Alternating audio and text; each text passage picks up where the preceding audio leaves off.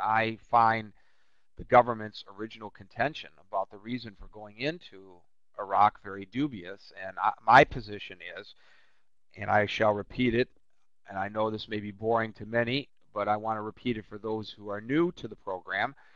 My position is when you send U.S. troops, brave men and women, into harm's way, into a theater of war, and when you ask the American people to fund this effort to the tune of billions of dollars, you have to be honest, you have to be transparent with the American people and with, more importantly, even those people you're sending over about the reason for going into Iraq. And you can't be unclear about the mission. And you can't change what the mission is periodically, uh, you know, because your original reason for going there turned out to not be accurate, and then you changed your reason.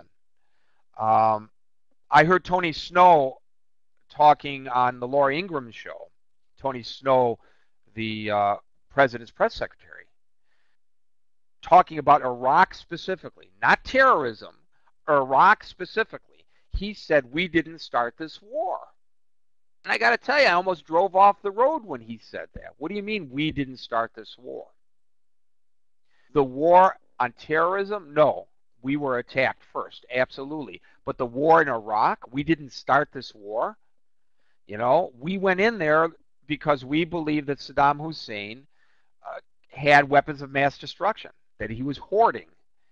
And we found no weapons of mass destruction. And now the administration is arguing, yeah, but now we're fighting Al Qaeda in Iraq, and if we weren't fighting them in Iraq, we would be fighting them on the streets of New York, on the streets of Detroit, on the streets of Washington, D.C., on the streets of Chicago, on the streets of L.A., on the streets of London, on the streets of Madrid. But now we are fighting them in Iraq. At least it's contained there. Maybe that's what he meant, but he was being totally disingenuous when he said we didn't start this war. We did start this war in Iraq, and for better or for worse, we have a responsibility under international law. Once you invade a country, once you occupy a country, for whatever reason you do, you are responsible for the administration of that country until that nation is ready to take over. And I'm not so sure that the Iraqis are ready for us to hand the reins over to them. I wish they were, because this is just dragging on and on and on, and this civil disorder continues, and we keep seeing Iraqis fighting Iraqis trying to fill the vacuum that was left with the removal of Saddam Hussein. And I'm not one who's an apologist for Saddam Hussein. I think he was a bad guy, and I think it's good that he's gone.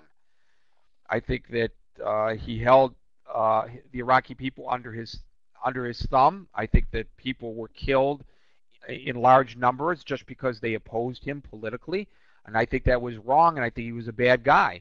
But I think that one of the results of his stranglehold on that nation was that there was order there, and when he was removed, proper order obviously did not fill the void, and we have this sad, sad situation where Iraqis are being killed in large numbers on a daily basis through bombings, vehicle bombings mainly, and an unfortunate number of American troops are dying as well.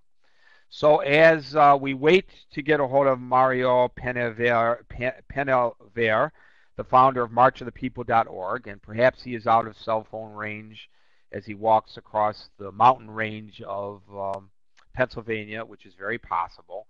We will discuss this with or without him.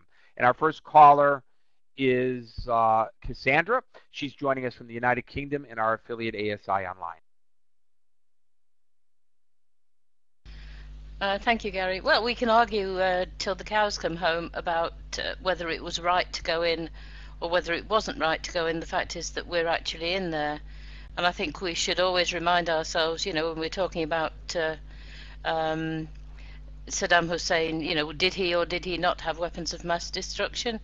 Then of course he did. You only have to ask the Kurds that he had weapons of mass destruction. The question remains, did he have weapons of mass destruction at that particular time?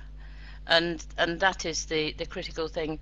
But to come up to the present, one of the things that really I find quite disconcerting, Gary, is the fact that we talk about all the insurgents who are taking different sides. The Sunnis, the Shiites, and the killings that are going on, the genocides. Well, I don't know whether it is genocide because they are a lot of them are foreign mercenaries.